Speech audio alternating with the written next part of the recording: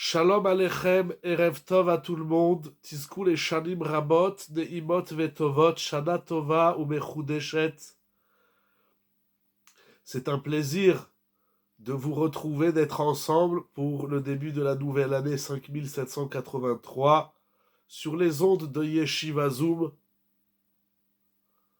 où ensemble nous découvrons les secrets, les chidushim de la Torah que nous essayons d'actualiser, de vivre tous ensemble, de découvrir cette belle Torah. C'est comme ça qu'on commence l'année, et c'est comme ça qu'on poursuit toute l'année. Be'ezrat Hashem, Yitbarach Kadosh Baruch Hu nous donne les kochot, la force, la santé, la bracha, dans tous les domaines, afin que nous puissions, Be'ezrat Hashem, continuer à évoluer pour la gloire d'Akadosh Baruch Hu. La paracha de cette semaine, Parashat Vayelech,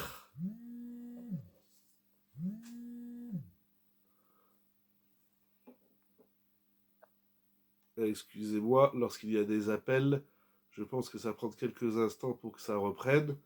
Juste faites-moi un petit coucou pour me dire que ça a bien repris. Voilà, Bezrat Hashem, super, merci.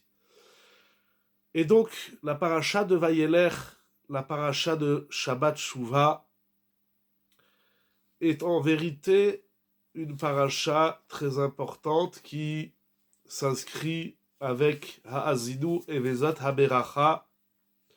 Nous sommes le dernier jour de la vie de Moshe Rabbeinu. Comme il va dire au deuxième verset de la paracha, Vayomer alehem ben mea ve'esrim shana anochi ayom. Je suis aujourd'hui âgé de 120 ans. Et Rashi dit ayom mal'u yamai ushnotai meyom ze noladti ou yom ze amut. Moshe Rabbeinu, il dit aux enfants d'Israël, aujourd'hui j'ai 120 ans, mes années et jours de vie arrivent à terme. C'est aujourd'hui que je suis né et c'est aujourd'hui que je vais mourir. Donc les trois dernières parachiotes de la Torah, du livre de Devarim, sont les derniers instants de vie de Moshe Rabbeinu. Et c'est intéressant d'étudier cette paracha. Déjà en soi, bien sûr, elle est très intéressante. Donc, Vayelech ha'azinu et Bezat haberacha, puisque c'est le dernier discours que va tenir Moshe Rabbeinu aux enfants d'Israël avant de les quitter, avant de mourir. Et alors on va s'arrêter sur un point. Son discours dans la paracha de cette semaine, il va du verset 1 jusqu'au verset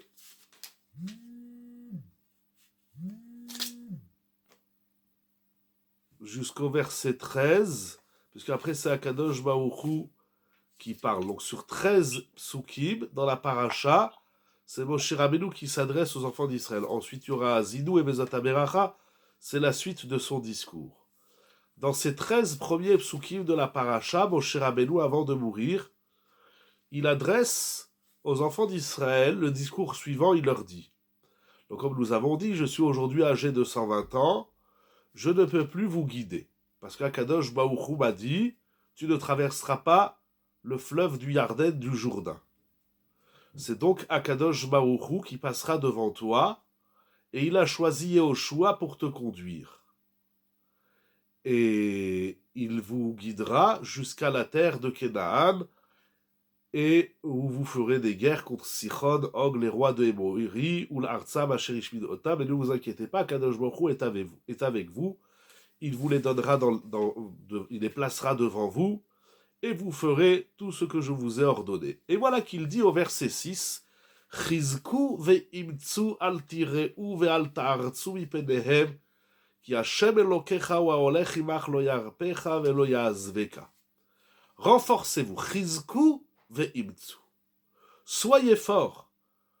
Ne craignez pas, n'ayez pas peur des ennemis, car Hashem, ton Dieu, marche avec toi. Il ne t'affaiblira pas, il ne t'abandonnera pas. Donc Moshe Rabbeinu dit aux enfants d'Israël la suite du programme qui va suivre, jusqu'à leur entrée en Eretz Israël, en terre de Canaan. Mais il leur dit, renforcez-vous, soyez forts. Chizku ve'imtsu. Dans sa deuxième partie du discours, à partir du verset 7, Moshe Rabbeinu va s'adresser à Yehoshua. Donc d'abord il s'adresse au peuple, et ensuite il s'adresse à Yehoshua. Et il lui dit, Vayomer elav le'ene kol Israël chazak ve'ematz. Ki ata tavo et ha'amazeh el haaretz. Il va te dire deux fois, Vachem wa olech lefanecha, où vous verrez le verset 7 et 8. Il va te dire, Moshe Rabbeinu, deux fois le même discours. Certes, avec quelques nuances importantes, mais grosso modo, le discours qu'il adresse au peuple, c'est le même discours qu'il adresse à Yehoshua qui va lui succéder. Au peuple, il dit au pluriel Chizku veimtsu, soyez forts, renforcez-vous, n'ayez pas peur, Hachem est avec vous. Lorsqu'il parle à Yehoshua, il lui tient exactement le même discours. Chazak ve'ematz. Sois fort, renforce-toi, car tu vas guider ce peuple vers la terre qu'Hachem a juré à leur père. Hachem avance devant toi, il sera avec toi, il ne t'abandonnera pas.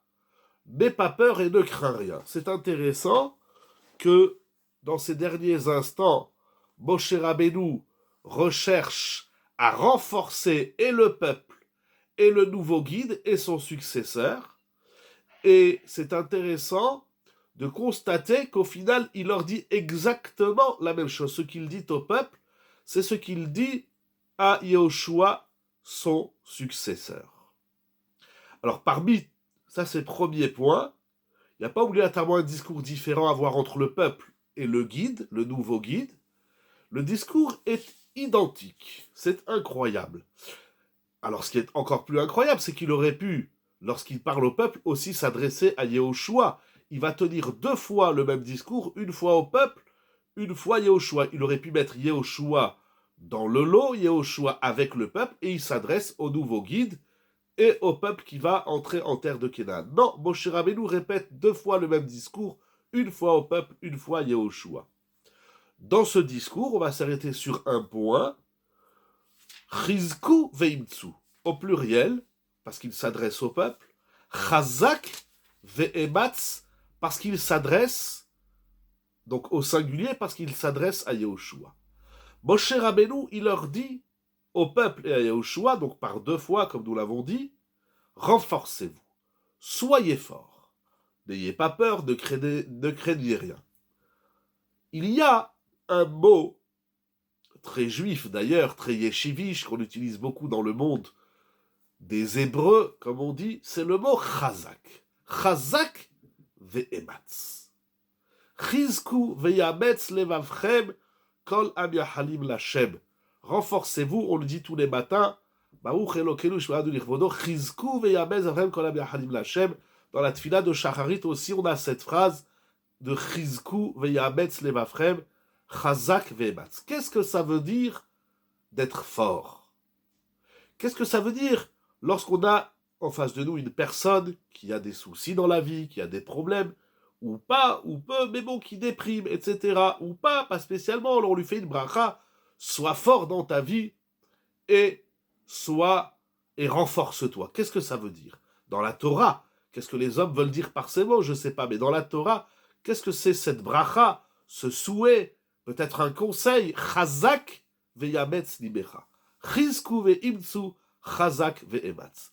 Qu'est-ce que ça veut dire? À quoi il fait référence ici, Moshe Rabbeinu, lorsqu'il dit ces mots?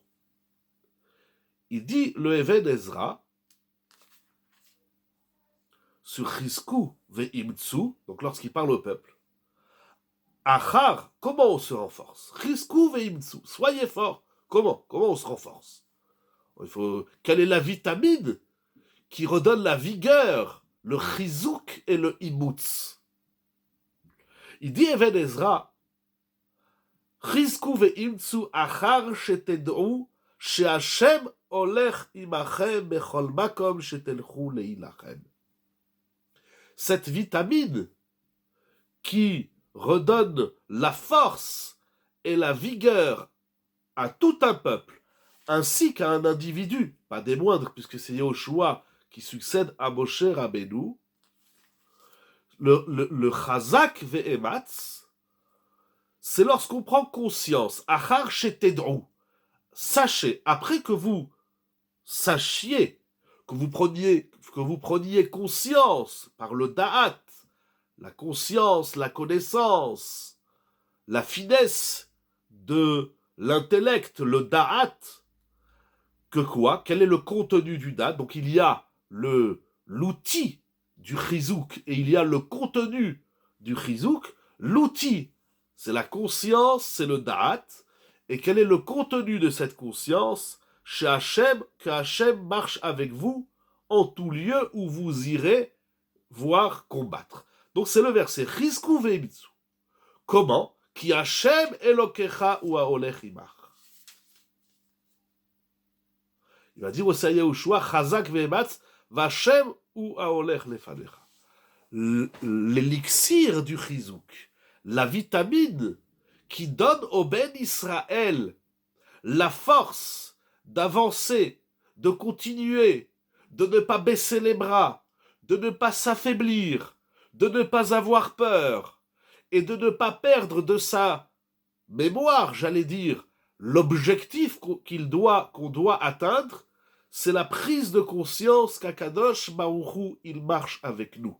Celui qui est en mode affaiblissement, celui qui est en mode Rama, comme on dit, celui qui est en mode j'en ai marre de la vie, il n'y a rien qui va, j'ai plus l'agnac, j'ai plus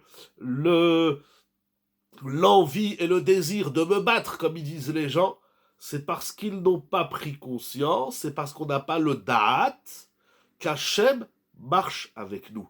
Celui qui se sait accompagné d'Akadosh Baruch Hu, il ne peut être que fort et renforcé. Donc, le Chizku ve'imtzu, le Chazak ve'ematz, est lié à la Emouna, à la foi, et le Bitachon, à la confiance en Hachem, qu'il ne nous abandonne pas et qu'il marche avec nous. Donc il faut étudier ce sujet important de la Emouna, de notre foi en Akadosh Baruch Hu, qu'il marche avec nous quand tout le temps.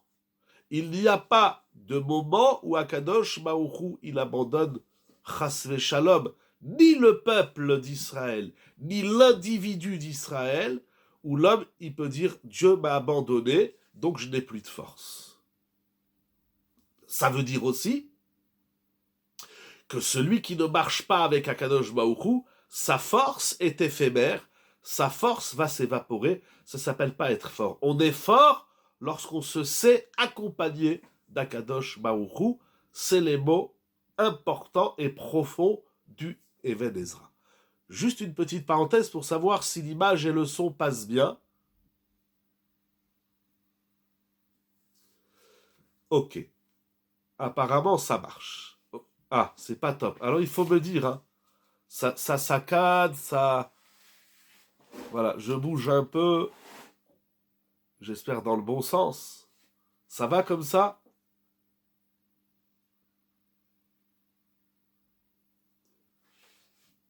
Beaucoup mieux. Ok. N'hésitez pas à me dire, c'est dommage. Donc, le chizouk, c'est la prise de conscience. Donc, l'outil, c'est le da'at.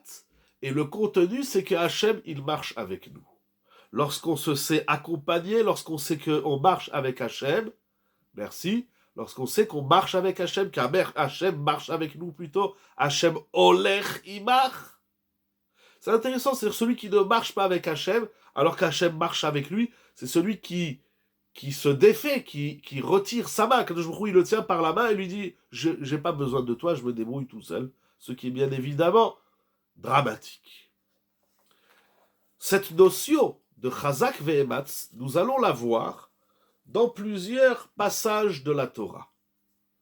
Tout d'abord, je voudrais vous rapporter le commentaire d'un grand tzaddik qui vit à Yerushalayim, qui s'appelle, je vais vous dire précisément son nom, Rabbi Gamliel Akohen Rabinovitch, dans un de ses livres fabuleux de la 9e année, puisqu'il est sur plusieurs années, Tiv Akehila. il écrit la chose suivante. Dans notre vie, puisqu'ici le Passouk a parlé de guerre, de combat, il va falloir faire des guerres. On sait que les enfants d'Israël ils vont faire durant plusieurs années des guerres afin de s'installer en terre de Canaan. Mais nous savons dans la Torah que lorsqu'on parle de guerre, on parle aussi de la guerre contre le Yetzer Hara. Nous sommes au cœur des Aseret Yemé Teshuvah, les 10 jours de Teshuvah, qui vont de Rosh Hashanah jusqu'à Kippour inclus. Et nous sommes dans cette réflexion, introspection, dans cet élan de Teshuvah, dans cet élan de devenir des Béné Israël dignes de ce nom. Alors on est là et on s'interroge sur notre Yetzer Hara, sur nos pulsions, sur nos faiblesses, sur nos désirs, sur nos tavot, etc., etc. Et on se retrouve face à tout cela et on ne sait pas obligatoirement comment combattre le Yetzer Hara. Tout le monde connaît la Mishnah dans Pirkei Avot qui dit qui est l'homme fort, c'est celui qui combat et qui conquiert son Yetzer Hara. Mais comment on conquiert le Yetzer Hara? Comment Voilà, j'ai un Yetzer Hara. Imaginez là, vous avez envie de faire une Avera. De la chanara, mangez pas cachère, quelle que soit la Avera. Alors on dit, le Yetzer Hara, il est là, il pousse, et il nous pique, et nous, on doit faire un combat. Mais comment?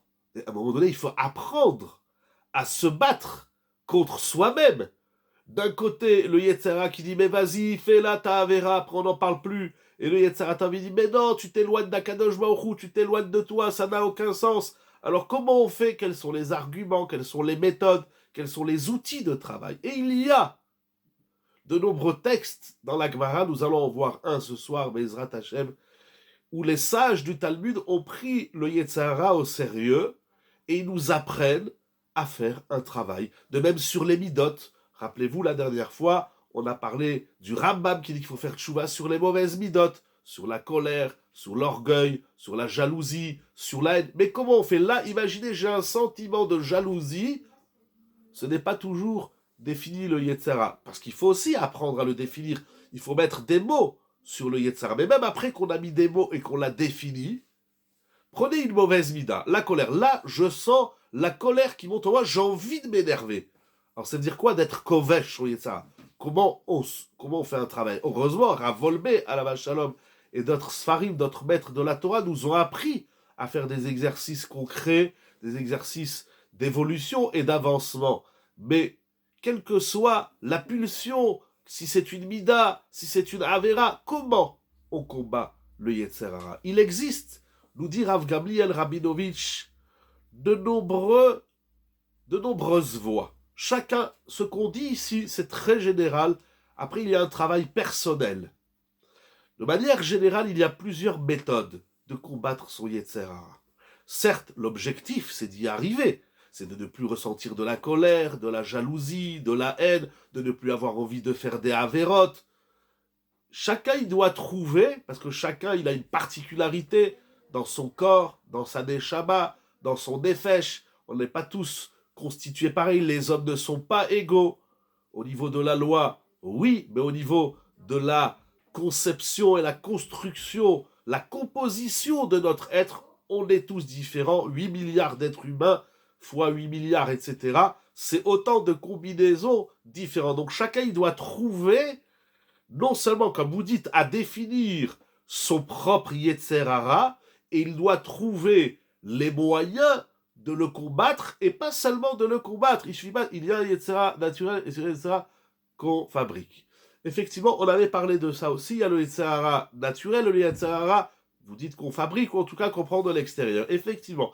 Donc toutes ces formes de Yetzer Hara, il faut les combattre. Mais attention, le Gibor n'est pas celui qui combat son Yetzer Hara. C'est celui qui est kovesh. C'est celui qui le gagne. À un moment donné, le Yetzer Hara, il faut le gagner. Un tant soit peu, même si le Yetzer Hara, il va revenir à la charge. Il va relancer le combat et le débat. Eh bien, je le gagnerai une deuxième fois et une troisième fois, et tantôt je perdrai. C'est comme un jeu. Il y a la première manche et il y a la revanche.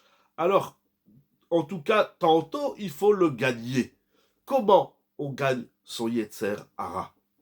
Après tous ces différents exercices, d'abord, il faut le connaître.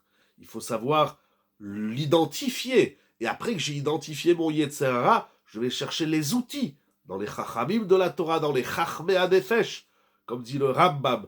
Ils vont m'aider à trouver et le Yetzer Hara et les outils pour le combattre et le gagner, et aussi les exercices concrets. Tout ça, Rav Wolbe, encore une fois, nous a largement initié à ce travail extraordinaire de l'être humain. Il y a d'autres livres, Cheshbon HaNefesh, ou encore d'autres Sfarim qui aident, bien évidemment. Alors, Rab Rabinovitch nous dit, parmi toutes les voies qui nous aident à gagner notre Yetzer Hara, c'est Derer Haitrazkut. C'est la façon dont Moshe Rabbeinu il parle au peuple d'Israël et à Yehoshua. C'est de se renforcer. Qu'est-ce que ça veut dire se renforcer? J'ai beaucoup aimé la définition de Rav Rabinovitch et je me fais un plaisir de vous la partager. Ça veut dire quoi d'être mitrazek? Allez, on va se renforcer. Là, je sors, je suis affaibli, j'ai plus l'élan de la tfila ou l'élan de travailler mes midot, j'ai envie un petit peu de me laisser aller. Non, il faut être mitrazek. Alors, on a vu le Even Ezra, il a dit le chizouk, c'est la emuna. Qu'est-ce que c'est? On va ensuite, comme un grand puzzle, on va réunir toutes ces idées. Je vais d'abord lire Rabinovitch. Derer Haitrazkut, la voie du renforcement. Sheba Alenu Lirot, c'est une voie qui consiste à ce que nous voyons en nous-mêmes Rak et Atov, uniquement le côté positif de notre être. Il y a des espèces d'imbéciles, malheureusement, et des non-croyants sur Terre qui pensent que chez eux, il n'y a rien de positif. C'est un mensonge grotesque, qui fait partie d'ailleurs de l'exercice Yetzer Haratique, ce qui est véritablement faux. On va apprendre à voir le bon qui est en nous. Ok, j'ai fait une mauvaise tfila. Ok, j'ai pas bien fait Birkat Amazon. Enfin, pas ok, bien évidemment, mais ça veut dire, voilà le négatif. Mais il faut savoir dire son positif. Rav Wolbe aussi nous a initié à cela au nom de Rabbi Yerucham. Avoir, alors pendant un instant, ça peut être une journée, ça peut être une heure, chacun comment il a besoin dans la constitution de son être et de son âme, de voir en lui que le bien. Aujourd'hui, j'ai fait du chesed, j'étais gentil avec ma femme, me suis occupé des enfants, j'ai dit bonjour. Il y a des gens, vous leur passez devant, ils disent ni bonjour ni au revoir, vous êtes un poteau. Bon, alors je vais mettre en avant les qualités, j'ai des qualités. Si je suis Baal Chesed, si je suis modeste, si je suis généreux, peu importe, il faut connaître ces qualités. C'est primordial de connaître nos qualités. Et après que j'ai défini, parce que comme vous avez dit, il faut définir le Yetzer Hara qui m'anime, mais je dois également définir le Yetzer Hatov qui m'anime. On l'a vu la semaine dernière, où Bacharta Bachaim, vois, j'ai placé devant toi le Tov et le Ra. Et on a ramené le Messilat Yesharim qui dit qu'il faut apprendre, au début du 3e chapitre du Messilat Yesharim, il faut apprendre à dire là c'est Ra et là c'est Tov. Mais pas seulement dans les choses extérieures de notre être, les gens, les situations, etc.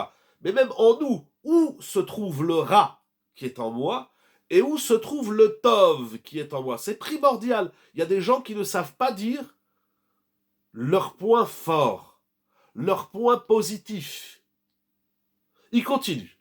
Ou les chazek et atzmenu, il dit Rav Rabinovitch, et il faut se renforcer, c'est-à-dire, chez kol davar katan ou chashuv be'ene aboré.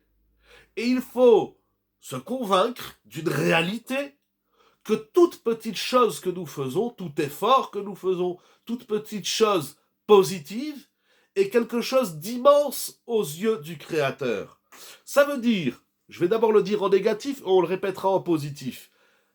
Il y a des gens qui ne savent pas dire le positif qui est en eux, et il y a des gens, ça peut être les mêmes, qui pensent que tout ce qu'ils font n'est pas de grande valeur.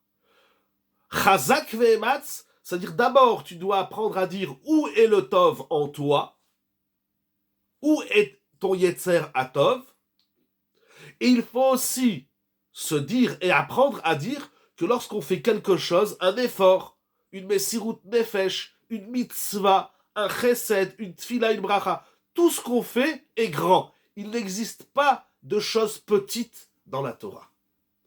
Un exemple. Je prends l'exemple du Birkat Hamazon, j'aime beaucoup le Birkat Hamazon. C'est très dur de faire Birkat Hamazon Bekavana, comme il se doit, avec la halacha, etc. Je vais, pendant les Aseret Yemei Tshuva, par exemple, et toute l'année, par conséquent, faire la première bracha du Birkat Hamazon Bekavana, ou la première bracha de la Hamida, Magen Avraham. Ça peut paraître nul, ça peut paraître insignifiant par rapport face à l'immensité de ce que nous devons faire dans la vie. Rien n'est nul dans la Torah. Le nul n'existe pas. Le banal, le bon, c'est pas grand-chose. Ça n'existe pas. Chaque petit effort, chaque petite, entre guillemets, mitzvah, chaque petit geste, chaque parole douce, puisqu'on a parlé on s'est souhaité une année douce, eh bien, chaque parole, tu vas dire bonjour, tu vas dire merci, tu vas dire c'était bon, c'est pas rien, c'est immense. Rav Weintraub, Alav Shalom, écrit qu'on est dans une génération où on banalise et minimise tout. Quand quelqu'un il fait quelque chose, au lieu de le mettre en avant, au lieu de lui dire mais ce que tu as fait c'est magnifique, c'est extraordinaire, pas seulement les enfants qui ont 4 ans, mais même un adulte, qui soit le mari, qui soit l'épouse, qui soit un ami au Beth Midrash, quelle que soit la personne qu'on rencontre qui fait quelque chose de bien, on doit lui faire ressentir qu'il y a ici quelque chose de grand. Ram Venissa. Akadosh Baruch Hu, il est Ram. Ram, pas Ramma. L'homme, il est Ramma. Hachem, il est Ram. Ram, c'est-à-dire il est haut. Romemut. Apprendre donc 2 exercices, nous dira Rabinovitch. Premièrement, à dire là, je suis fort. Là, j'ai un point fort. Et de comprendre que ce point fort, il n'est pas petit, que ce point fort, il est immense. Il est immense, pas seulement à mes yeux, aux yeux de mon conjoint, de mes enfants, de mes parents, mais il est immense aux yeux d'Akadosh Baruch Hu Be'ene Aboré. Et il dit, c'est ça que Moshe Rabbeinu a dit aux enfants d'Israël dans notre paracha. Chizku ve'imtsu al tiru ve'al te'artsu, ki Hashem Elokecha wa olech imach. Si tu es conscient que Hashem il marche avec toi, donc tu vas redimensionner, réévaluer et réévoluer ce que tu fais. Moshe Rabbeinu amar lanu kvar she'aderech anechona. Moshe Rabbeinu, il nous apprend ici donc que le chemin correct, iderech aitrazkut, c'est la voie du renforcement. Mais pas un renforcement rabat. Allez, il faut se renforcer, arrête de dormir. Non, ça s'appelle pas se renforcer, ça s'appelle déprimer. Se renforcer donc avec ces 2 exercices que nous dit ici le Rav Gamliel Rabinovitch, prendre conscience de définir notre côté positif et le dimensionner, l'évaluer à sa juste dimension. C'est-à-dire qu'il y a ici quelque chose de grand. Lorsqu'on a un 0, on est puni. Mais lorsqu'on a 20 sur 20, ça a l'air normal. C'est une erreur. Il n'y a pas de normalité dans la Torah. Tu as fait tu as fait une avéra, c'est grave. Tu as fait une mitzvah, c'est immense. C'est comme ça qu'on avance. C'est comme ça qu'on fait tchouva. C'est comme ça qu'on combat et qu'on gagne le Yetzer Hara. Parce que ça, c'est le Yetzer Hara qui nous dit 1, tu es nul, 2, tout ce que tu fais est nul, ce qui est un mensonge grotesque et manifeste. Il continue et il écrit à Rabinovitch quelque chose d'extraordinaire. Gam bisman gadol keyom akipurim. Excusez-moi.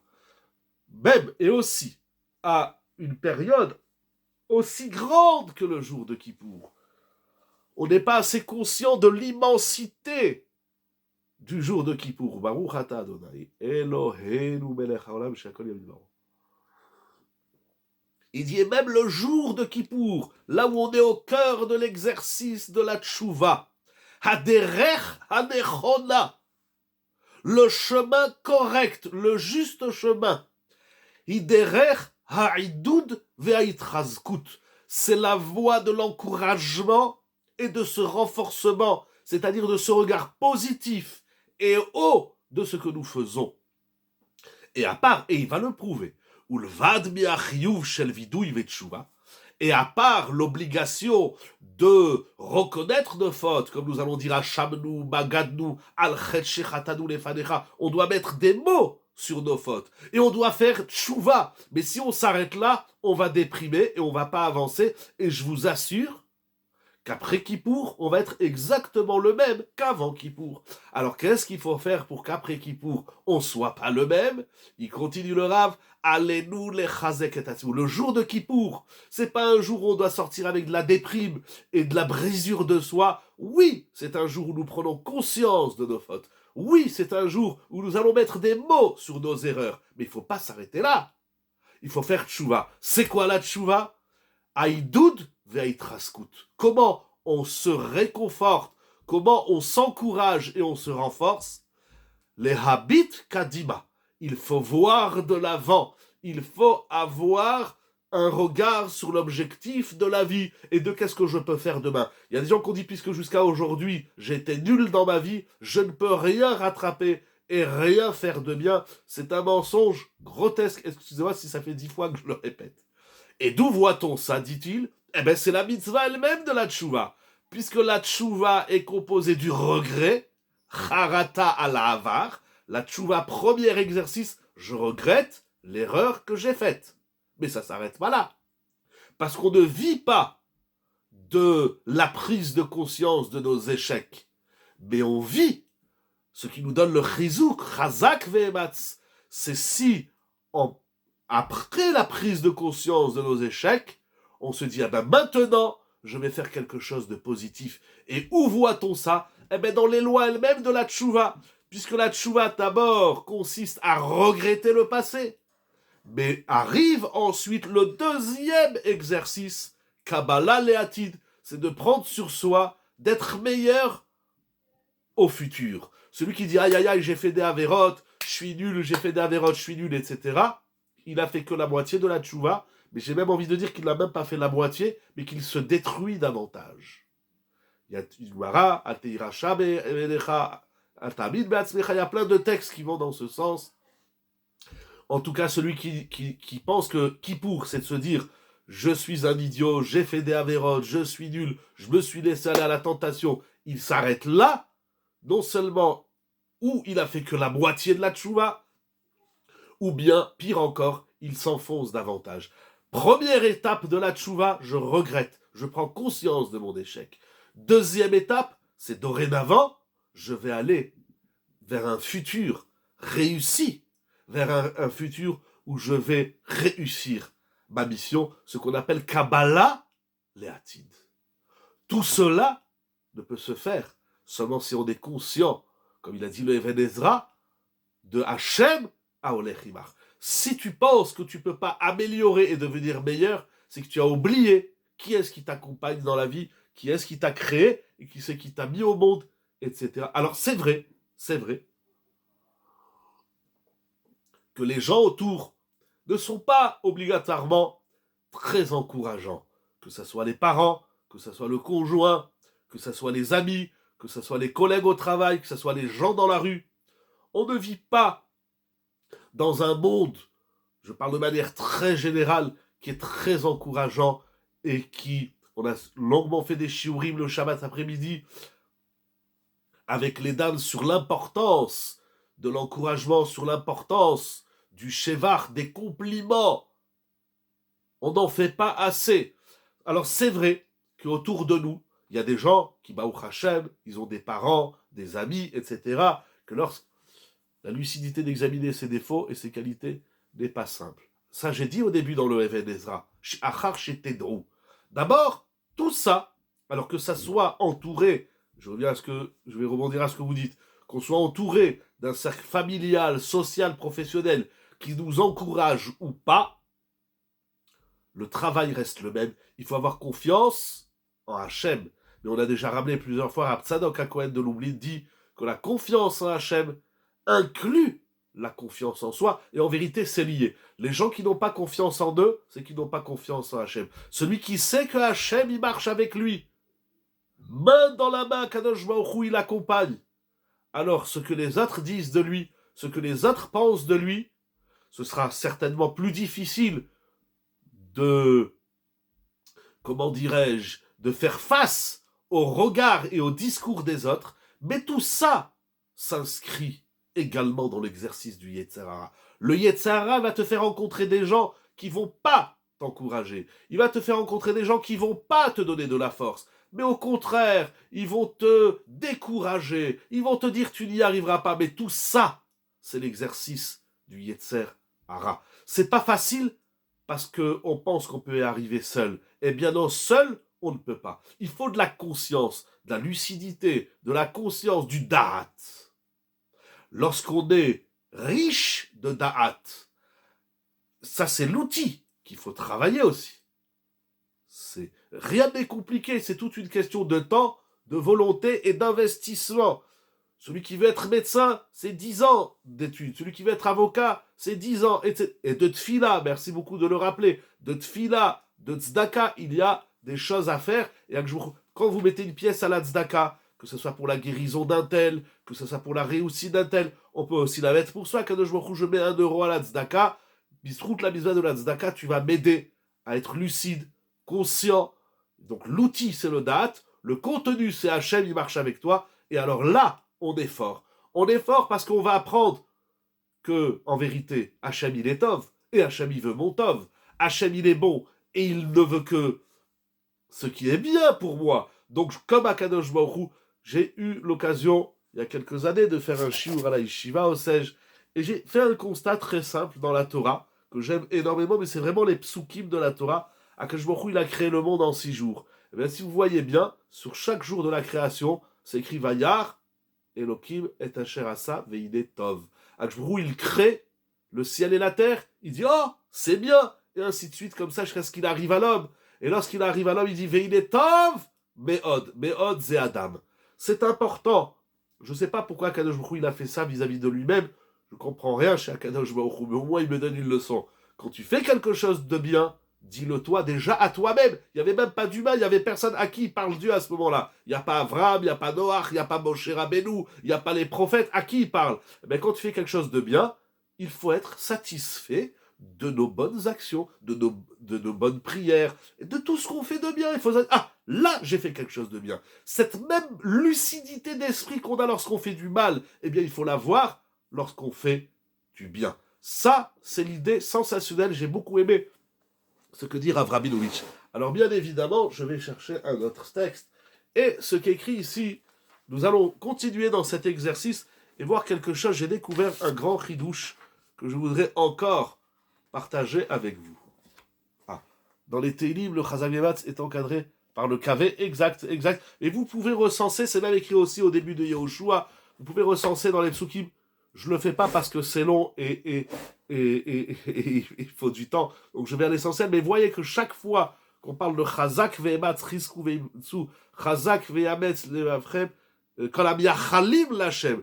Tous ceux qui ont confiance en Hachem, ils sont forts. Celui qui a la Emouna, il est fort. C'est quoi la Emouna? C'est la Emouna Hachem. Hachem, il est tov. S'il est tov, je dois apprendre à voir le tov. Ça inclut, merci d'avoir rappelé aussi dans les Teilim, ça inclut beaucoup de bonnes midot, dan les kav zechut, apprendre à voir le bon côté des choses. Oui, il y a toujours quelque chose qui ne va pas. Rien n'est parfait dans ce monde. Comme dit le Ramchal, Alav Shalom, Akshbrou, il a créé un monde imparfait. Comme il a dit Rabbi Akiva, Akadosh Baruch Hu, il a créé un monde imparfait. Donc d'être là et de dire ça va pas, on le savait avant que tu ouvres ta bouche. Avant même que tu parles, déjà on sait que tu as un problème. Et avant même que tu parles, je sais que j'ai un problème. D'ailleurs, quand quelqu'un vous dit tu as un problème, en général on lui dit oui, je sais. Tu n'as pas besoin de me le répéter 100 fois par jour. Je le sais. D'abord tu me l'as dit, avant que tu me le dises, déjà je le savais. Donc il ne faut pas être ni intelligent, ni chacham, ni un génie pour voir les problèmes. C'est pas compliqué de voir les problèmes. Les problèmes, il y en a de partout et il y en aura toujours. Jusqu'au meilleur des mondes du Olam Haba, jusqu'au Gilou Hachem, jusqu'au dévoilement manifeste d'Hachem. Donc des problèmes, il n'y en a pas. L'art de la vie, c'est pas de mettre le doigt sur les problèmes. L'art de la vie, c'est de dire là où il n'y a pas des problèmes, là où il y a du Tov. C'est ça la Emouna. C'est ça la confiance en Akadosh Baruch Hu. Et c'est ça qui nous redonne confiance et force pour combattre. Mais quand il a séparé le deuxième jour, c'est pas Tov. Oui, mais c'est rattrapé dans le troisième. Regardez Rashi. Il n'y a pas de choses que Hachem ait fait dans le monde qui ne soit pas Tov. C'est encore une grande sougia. Encore une fois, le Ramchal, il en parle beaucoup. C'est une sougia dans Masechet Brachot, notamment Keshem Shemevachim à la Tova, bon, mais Kitsour, c'est un grand sujet. Mais il n'y a pas de chose qui ne soit pas Tov. Et même le deuxième jour, regardez dans Rashi, il dit qu'à quel point il le rattrape dans le troisième. C'est important, c'est important. Alors celui qui est là pour dire là il y a un problème, là ça va pas, on le sait, avant Bichlal que tu ouvres ta bouche, déjà on sait qu'il y a un problème. On sait qu'on est dans un monde imparfait.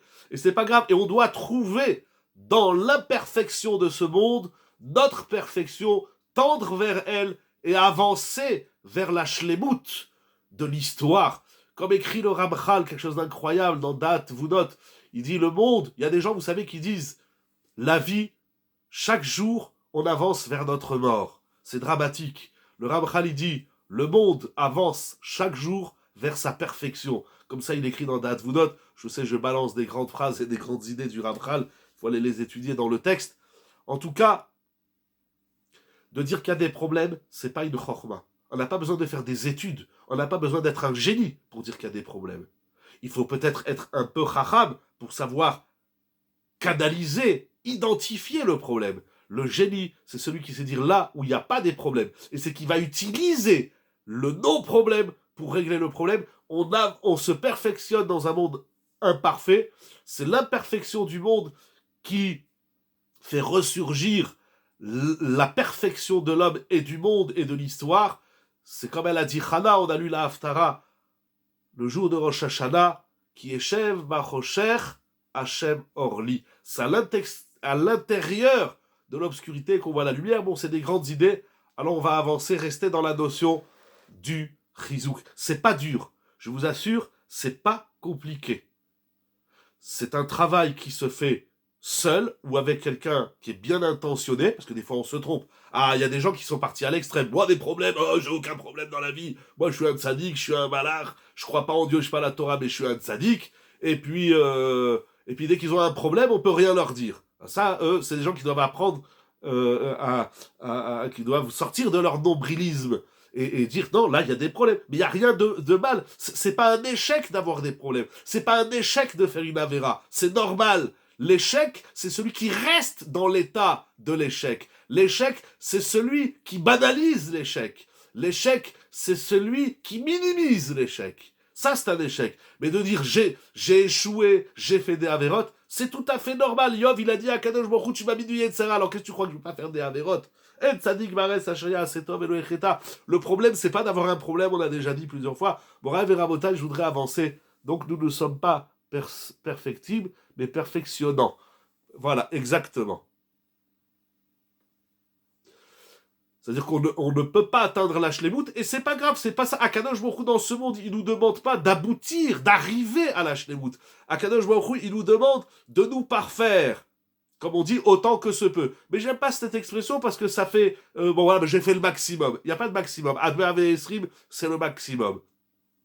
On tend vers le meilleur et on devient meilleur, et tous les jours, on devient encore plus meilleur. On se perfectionniste. Il ne faut pas être perfectionniste. Les perfectionnistes sont des gens malades, reconnus par la science de la psychologie, peut-être même de la psychanalyse, je ne sais plus, mais j'ai lu sur ça. Les perfectionnistes sont des gens malades. Vraiment, dans plein sens du terme. Non, je suis un imparfait qui apprend la perfection. Dans les mots de ce soir, je suis nul, je suis dans l'obscurité, je suis un rachat, j'ai fait des avérotes, mais je vais en sortir. Mais là, si je suis nul sur un point, je ne le suis pas. Pas savoir que je ne le suis pas. Si j'ai échoué sur A, sur B, j'ai réussi. Si je suis nul sur A, sur B, non seulement que je ne suis pas nul, mais je suis le meilleur. Donc dans ce sens-là. Rabotai, pour terminer, je voudrais lire avec vous un passage de la Gemara et vous montrer un chidouche. J'ai trouvé un chidouche extraordinaire. Quel lien entre l'imperfection et la conscience de l'accompagnement d'Akadosh Baruch Hu. D'abord, celui, si j'ai bien compris votre question, d'abord celui qui n'a pas cette conscience d'être accompagné par Akadosh Baruch Hu, il est déjà, quel est le mot que vous avez dit? Il est déjà imparfait. La perfection commence dans cette prise de conscience qu'Hachem marche avec moi. Si je suis conscient qu'Hachem va Hachem, à Olech Imecha, comme Moshe Rabbeinu le dit au Klal Israël et à Yehoshua, alors on est dans le bon chemin, on est dans la voie de la perfection de la Shlemut. Bon, après il y a le Messilat Yesharim, le Ramchal dans son grand ouvrage et magnifique ouvrage, le Mesilat Yesharim, il explique comment on y arrive. Le Maharal aussi parle de la Shlemut lorsqu'il parle de la Tmimut. Il faut étudier. On a des textes sacrés de la Torah, de nos Chachamim, de nos sages, de nos maîtres de l'histoire, qui nous en donnent les outils et les exercices pour y arriver. Donc ça commence comme ça. L'imperfection commence là où je ne suis pas conscient ou lucide, pour reprendre votre mot de tout à l'heure, là où je ne suis pas lucide de cette présence d'Hachem, pas seulement métaphysique, c'est une présence réelle, concrète, une présence authentique. Voilà, Hachem, il est là. Hachem aolech imach. Lo yarpecha velo yazveka. Celui qui est abandonné et affaibli, c'est parce qu'il s'est abandonné et qu'il s'est affaibli par ce manque de Emouna. Deuxième point, comme je disais tout à l'heure, si je suis conscient d'un Kadosh Baruch Hu qui est avec moi, un Kadosh Baruch Hu synonyme de Tov. Alors je ne peux qu'apprendre le Tov autour de moi. Il faut apprendre. C'est pas évident. Il faut surmonter le Yetzer Hara, les gens, la société. Et dire, il y a des gens qui ont l'art de tout défoncer, de tout critiquer. Il n'y a jamais rien qui va. Eh bien, il faut apprendre, au moins à se le dire à soi-même. Non, là, ça va. Non, c'est pas aussi noir que ce que tu prétends. Ok, il y a des problèmes, mais il y a aussi des pas-problèmes. Il y a les problèmes et les pas-problèmes. Bon, Rabotai, pour terminer la Gemara dans ma Sechet Brachot, une Gemara qui est très connue, et chaque fois qu'on parle de la Hitrazkut, on rappelle cette Gemara, mais comme j'ai découvert un chidouche pour moi nouveau, que je voulais également partager avec vous. Tanu Rabbanan, la Gemara au traité Brachot 32b, dit l'enseignement suivant. Les maîtres ont enseigné. Arba'a tzrichim chizuk. Il y a 4 choses qui nécessitent, qui ont besoin de chizuk. C'est-à-dire qu'il y a 4 choses, que nous allons voir tout de suite, il y a 4 choses qui vivent et qui ravivent la flamme qui est en eux, ou en elles, si ce sont des choses, en permanence. Il dit Rashi, Adam Baem Tamid Bechol Koro. Il y a des choses qui existent, comprenons bien. Le chizouk, c'est pas qu'il y a quelque chose qu'il faut renforcer. Le chizouk, c'est pas tu as la table qui bouge, qui est bancale, alors tu donnes un coup de tournevis pour renforcer la vis et tenir le meuble. Non, c'est pas ça le chizouk. Le chizouk, c'est un derer, comme il a dit Rabinovitch, c'est derer Aitraskut. C'est un mode de vie. Et ce mode de vie, il dit Rashi, Tamid Bechol Kocho. Dans ce mode de vie de Hitrazkut, de Chizouk dans les mots de la Gemara, c'est tout le temps, Tamid, tout le temps. Bechol Kocho, de toutes ses forces. C'est-à-dire qu'il y a des choses qui existent uniquement par notre Chizouk que nous avons défini. Voir le bien, voir le meilleur pour demain, etc., etc. Croire en ce Tov qui nous anime, pas seulement un Tov extérieur. Tout ce que nous avons dit, V'Hashem haolech imach, c'est en permanence. Il y a 4 choses qu'Hachem il a créées dans le monde. Nous allons voir, c'est extraordinaire. J'aime beaucoup cette Gemara, qui vivent à travers notre investissement permanent, Tamid, nous dit Rashi, Bechol Kocho, de toutes nos forces. C'est-à-dire que dès qu'on lâche un peu, eh bien, la chose disparaît, elle s'évapore. Quelles sont ces 4 choses? Ve'eluhen. Ces 4 choses sont Torah. La Torah, on ne se renforce pas dans la Torah uniquement pendant les Aseret Yemei Teshuvah, c'est tout le temps. Le Birkat Hamazon, tout le temps, il faut être Razak. La Tfila, la Gemara va le dire. On va dire d'abord les 4 Torah, Masim Tovim, Tfila, Vederech Eretz. D'abord, traduisons. Ces 4 choses, donc, premièrement, c'est l'étude de la Torah. Deuxièmement, Masim Tovim, les bonnes actions. C'est-à-dire que c'est pas une fois t'es un tzaddik, t'es tzaddik pour la vie. Là, t'es un tzaddik, mais continue, évolue, avance. Comme on a dit, on a rappelé à Rosh Hashanah, le vort de Rabbi Rucham, un grand yesod, avance dans cette énergie fleurissante. C'est comme celui qui doit arroser sa plante tous les jours. Le jour où il n'arrose pas la plante, elle va faner. Nous allons voir encore des exemples que la Gemara va dire. Donc, l'étude de la Torah. On n'étudie pas la Torah 1 heure le dimanche, ça c'est 0, c'est nul. Enfin, c'est bien, mais bon, c'est nul. C'est tout le temps de toutes ses forces. T'as 1 heure par jour, c'est extraordinaire, mais mets-toi à fond. Ma'asim tovim, les bonnes actions, les bonnes œuvres, la tzedaka, le chesed, la modestie, toutes les bonnes midot, c'est tout le temps. Mais on crève pas avec ça, au contraire, c'est là, dans ce koach hatzmicha, dans ce derech ha'itraskut, on va dire, dans cette voie renforçante, vous avez dit dans cette voie perfectionnante, j'ai envie d'en dire dans cette voie aussi également de rajouter, dans cette voie renforçante, il faut être fort tout le temps.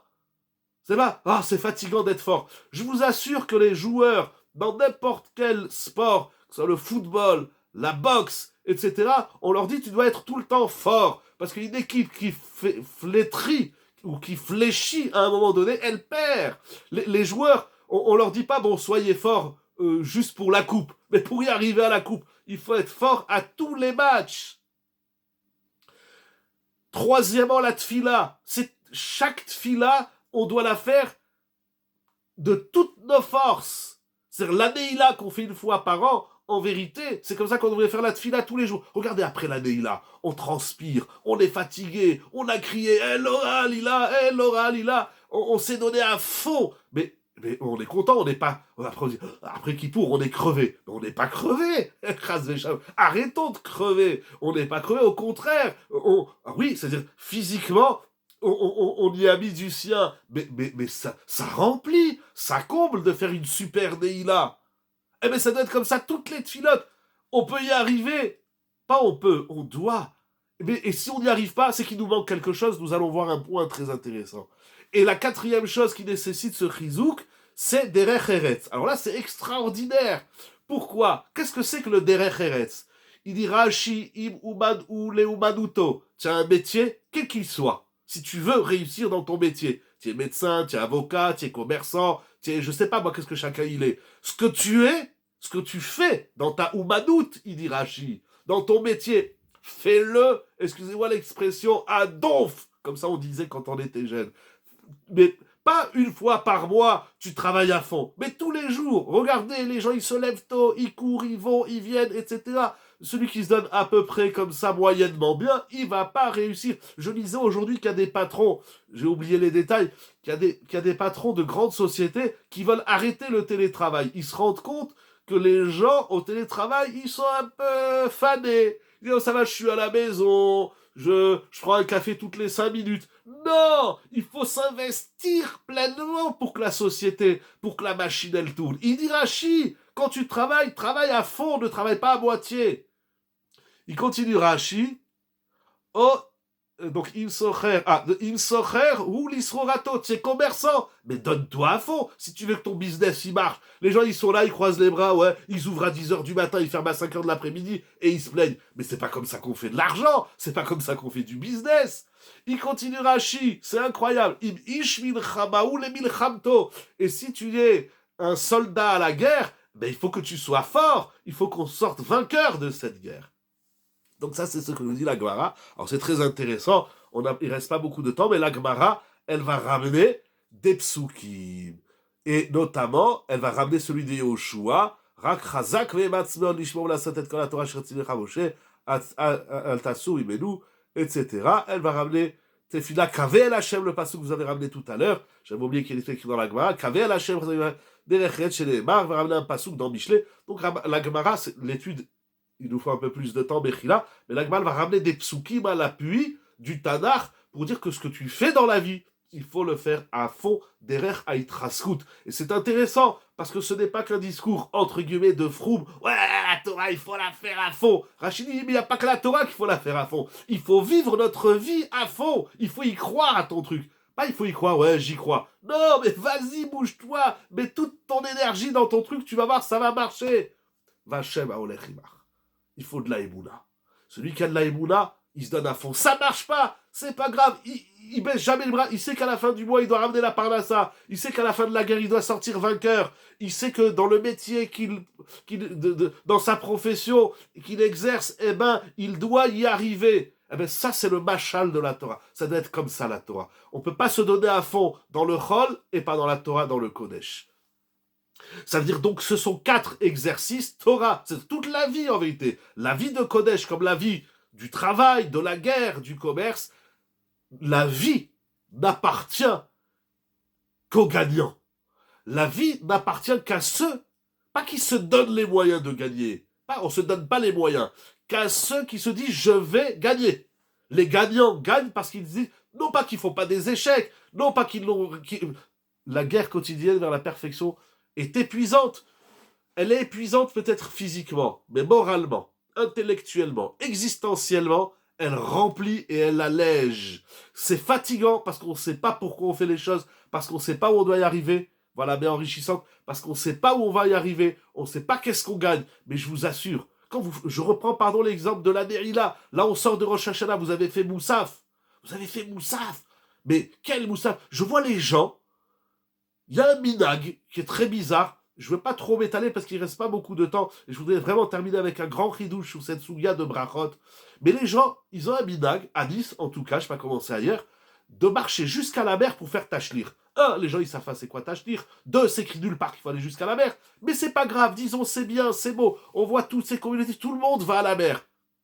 Mais si on faisait comme ça, et pourquoi? Les gens disent pas, oh c'est dur, il faut marcher hein, jusqu'à la mer. Les gens ils marchent 1 heure et demie pour faire tachlir le jour de Rosh Hashanah. Mais je trouve ça extraordinaire.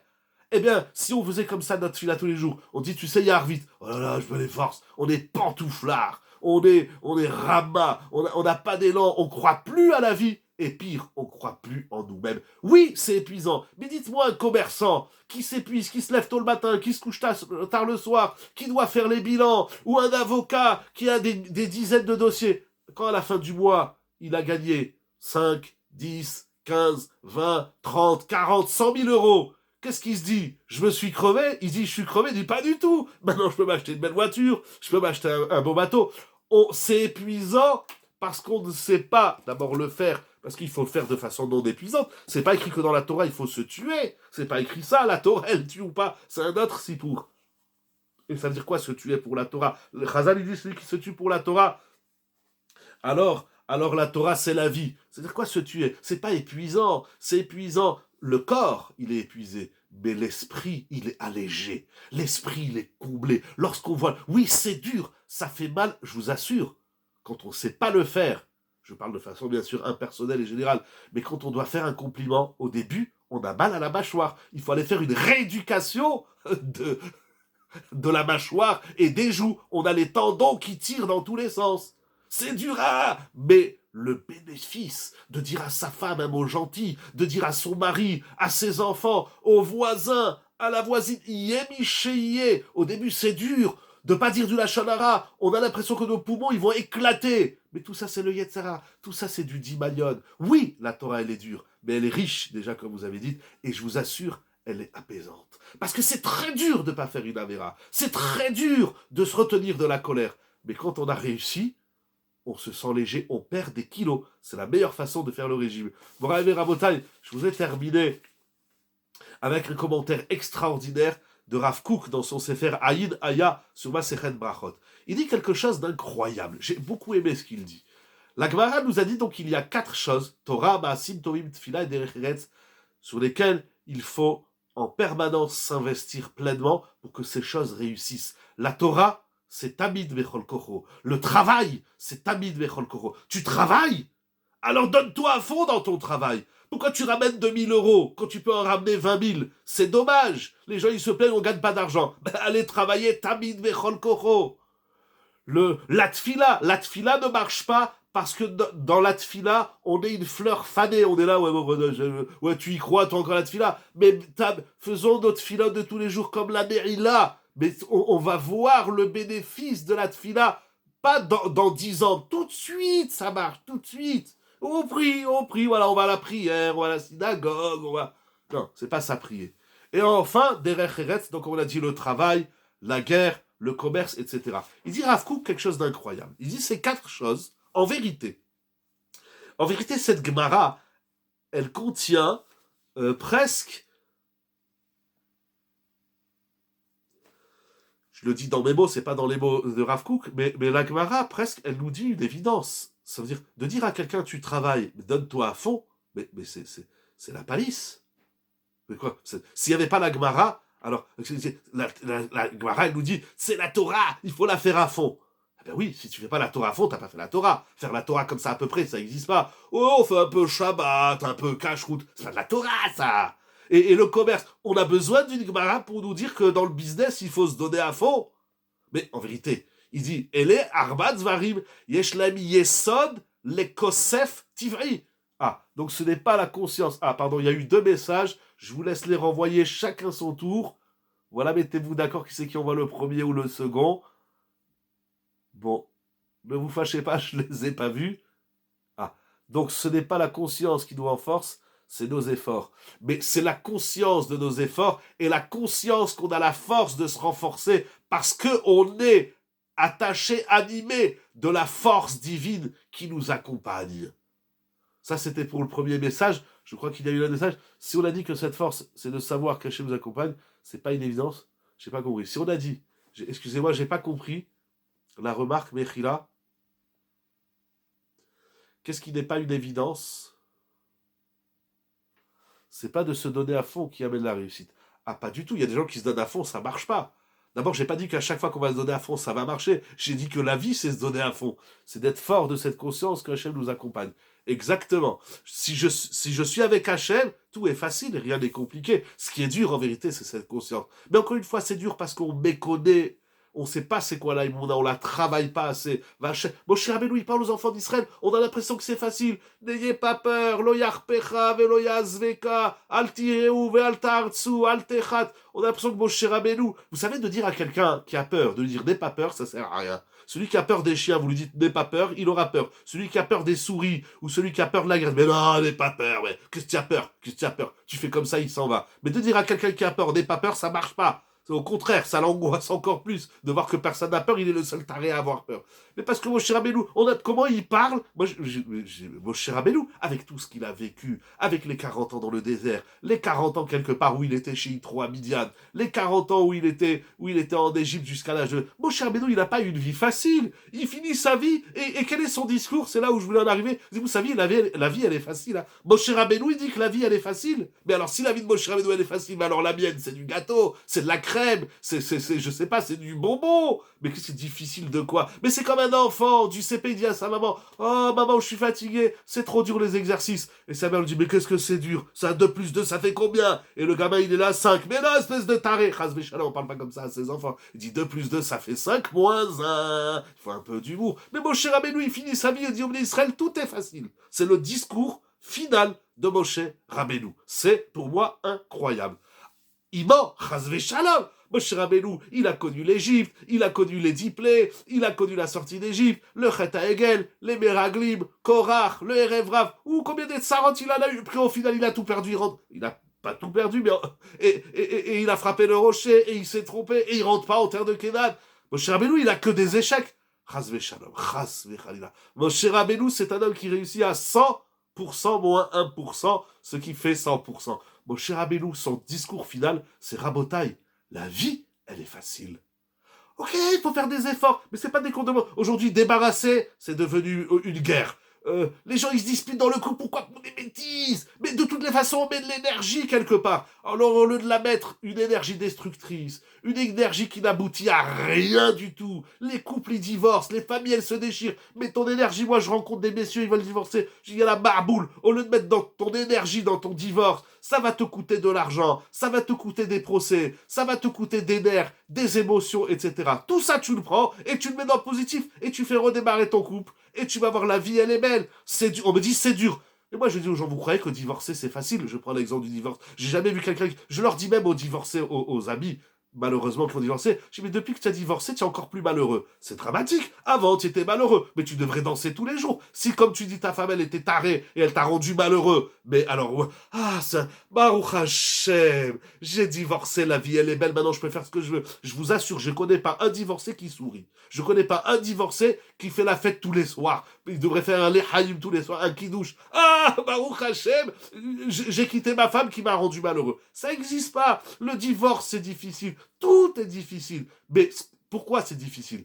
Parce que tu regardes pas l'objectif. C'est ça qu'il a dit Rav Rabinovitch. Qu'est-ce qu'il y aura demain? C'est quoi le futur? C'est quoi ta Kabbalah Léatide? Si on n'a pas d'avenir, si on n'a pas de projet, si on n'a pas de mabat et de magama, comme il dit le Messinati et Charim, alors c'est dur, parce qu'on comprend pas. Un enfant, vous savez pourquoi c'est dur 2 plus 2, ça fait 4? Parce qu'il comprend pas. Ah, on va lui dire, si tu sais bien travailler, tiens un bonbon. Ah, là, tout d'un coup, ça devient facile. Vous dites à quelqu'un, fais ça, il dit non, c'est dur. Je te donne 1000 euros, tu le fais. Il dit, je cours. Ah ben, elle est passée où la difficulté? On n'a pas de projet de vie, on n'a pas de projet dans notre Torah, mais même dans le travail, il y a qui ont, au Hachem, je dis pas que tout le monde est nul, Chas Shalom, le discours c'est pas de dire qu'on est nul, c'est de dire qu'on a tous un potentiel, mais j'aime plus tellement ce mot, avant je l'adorais, maintenant je le déteste, parce qu'on vit avec ce potentiel rêvé, comme j'aimais dire avant.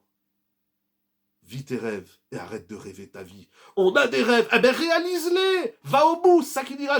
Tu veux ouvrir une boutique, mais vas-y, ouvre-la ta boutique. Donne-toi toujours. Vachem à Olechima. Bravo et Rabotai, je voudrais terminer parce que vraiment le temps est tard avec ce que nous dit Rav Kook. Rav Kook, il dit quelque chose d'extraordinaire. Il dit, m'inviter cette Gemara. C'est la vérité de la palisse. Elle est en train de nous dire, la Torah, il faut la faire à fond. Le travail, à fond. Il faut tout faire à fond. Mais c'est normal. Pourquoi c'est normal? Il dit parce que ce sont des choses, les Kosef TV. Ce sont des choses qui, naturellement, l'homme, il a envie de faire la Torah. Naturellement, l'homme, il a envie de gagner de l'argent, il a envie que son business, il tourne. Naturellement, quand on fait une guerre, on va pour gagner. Alors, qu'est-ce qu'elle nous dit, la Gemara? Quand tu vas faire la guerre, vas-y pour gagner. Eh bien sûr, quand je fais un combat, c'est pour gagner. C'est pas pour perdre. Personne, il s'inscrit à un combat pour perdre. On s'inscrit pas à un match pour perdre. Voilà, il y a l'équipe perdante. On a payé pour perdre. Non. Donc, naturellement, on a tous cette aspiration d'aller au meilleur. Si tant est qu'il y a des gens qui s'en foutent du meilleur, ils s'en foutent de tout. Alors, pourquoi la Gemara nous le dit? Il dit la chose suivante.